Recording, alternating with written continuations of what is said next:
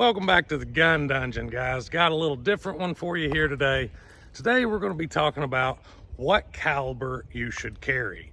And I'm going to preface this with, if the gun that you shoot well doesn't come chambered in your preferred caliber, you're better off to choose a different caliber as opposed to a gun that you can't shoot well. Because any of these rounds that you choose, if you can't hit well with it, it don't matter. So that's going to be the very first thing I'm going to start off with. Then we're going to go ahead and get into the meat and potatoes here. I have 9mm, 45, and 40 cal here, all in Federal HST loadings here.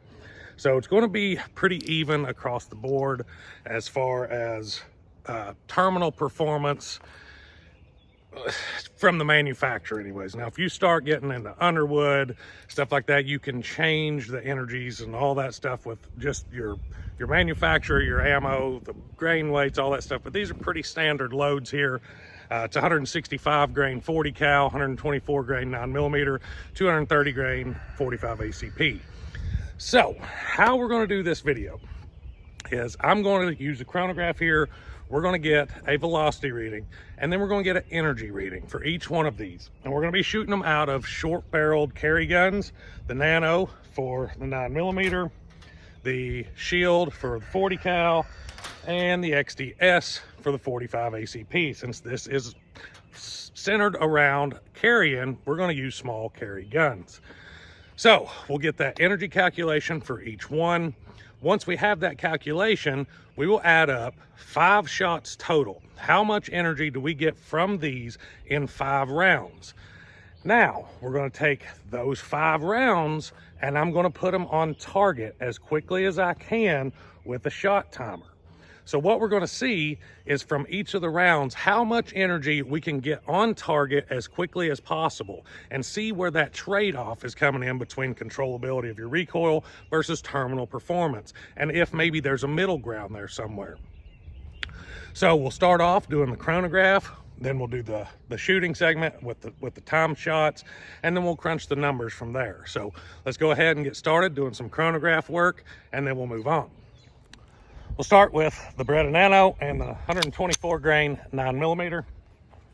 And get over here where I can get a straight shot. 1195. 40 cal. 1041. And the big fat 35. 818.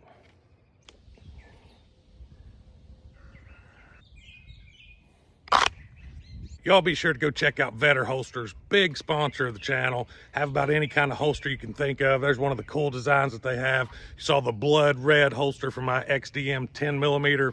They make a holster for just about any gun out there. A lot of the 10mm stuff, I use their light tuck. That's about all I use anymore for inside the waistband stuff. Great products, great company. Check out Vetter Holsters.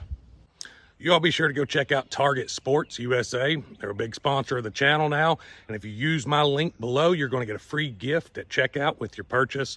Their Ammo Plus membership is a great value. If you shoot very much at all through the year, it's going to pay for itself in no time and then some. Be sure to check out Target Sports USA. So went ahead and crunched the numbers here. You can see the 9mm coming up on your screen. You can see the energy we got from that round.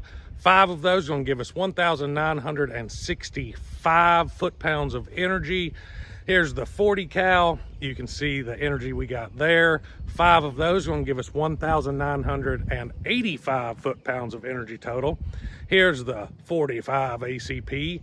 And it's not looking real good for this one right off the bat, because 5 of those is only giving us 1,710 foot-pounds of energy.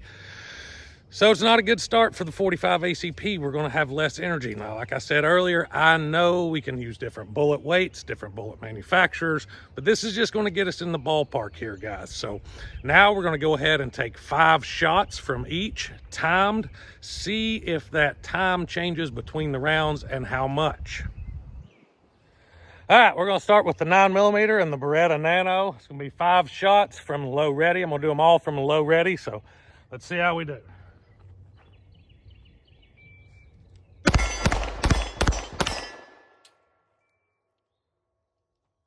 Actually had a miss there,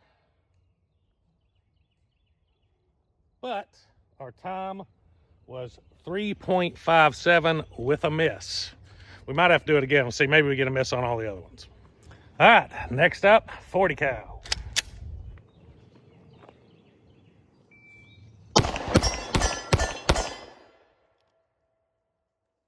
Had a miss with that one too, so we're running pretty even. See what we got? 2.49 with the 40, a little faster. Let's try the 45. All right, the old 45 ACP.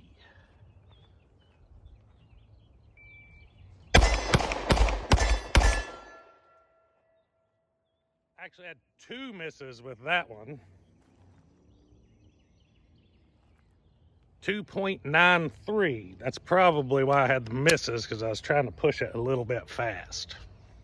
Well, what did we learn out of this drill today in this video? Probably not a whole lot for you, but I did confirm something that I kind of already knew, and that is that I shoot the Shield way better than I do the Beretta Nano. So had a little quicker time, still had a miss. I was pushing the shots, trying to go fast to make it fair across the board, trying to go fast with all of them. Shot this one the least. This one had 2 misses with 45. Again, confirms kind of something I already knew. I already knew I didn't shoot that one as well. And you know, it kind of goes back to the very first thing that I said, is the caliber selection is not nearly as important as how well you shoot a gun. Now, between the calibers that we have here and what we got, you know, there was a big energy difference between the 9 and 40 and then the 45. And the 45 is typically known as having more power than 40 or 9 millimeter, especially 9 millimeter. But you know, really, when you look at loads across the board, unless you start getting into some super hot 45 ACP stuff, they're really all so close that it's negligible. So really, there's 3 things that kind of come into play here when you're choosing your actual caliber, and it's going to be the capacity, because you know, a narrower bullet, narrower round is going to give you more capacity in the same size footprint. So it's going to be capacity, it's going to be your terminal performance, and it's going to be the recoil control. Because even though the energies are really, really close, the recoil impulses are somewhat different. The 45 has more of a harder push.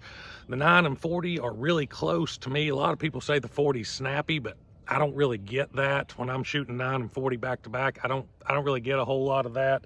Maybe some loads are.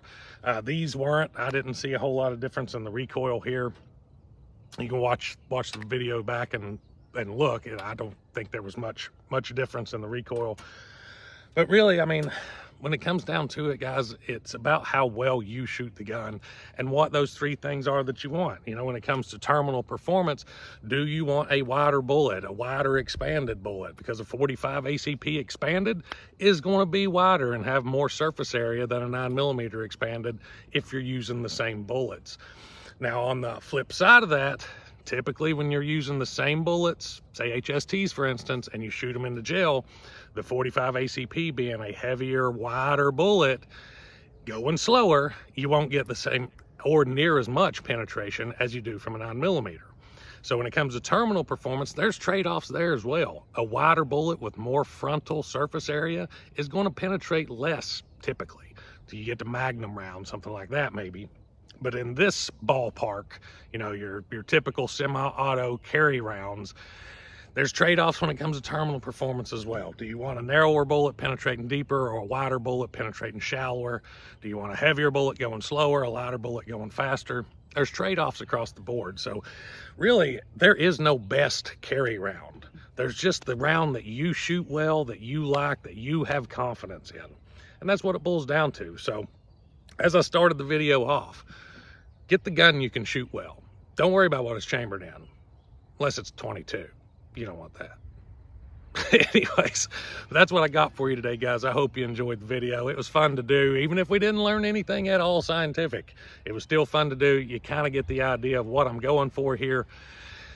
It's all in what you want. There is no best carry round. Yeah, there is. It's called 10 millimeter auto. Until next time, guys, stay tuned. you.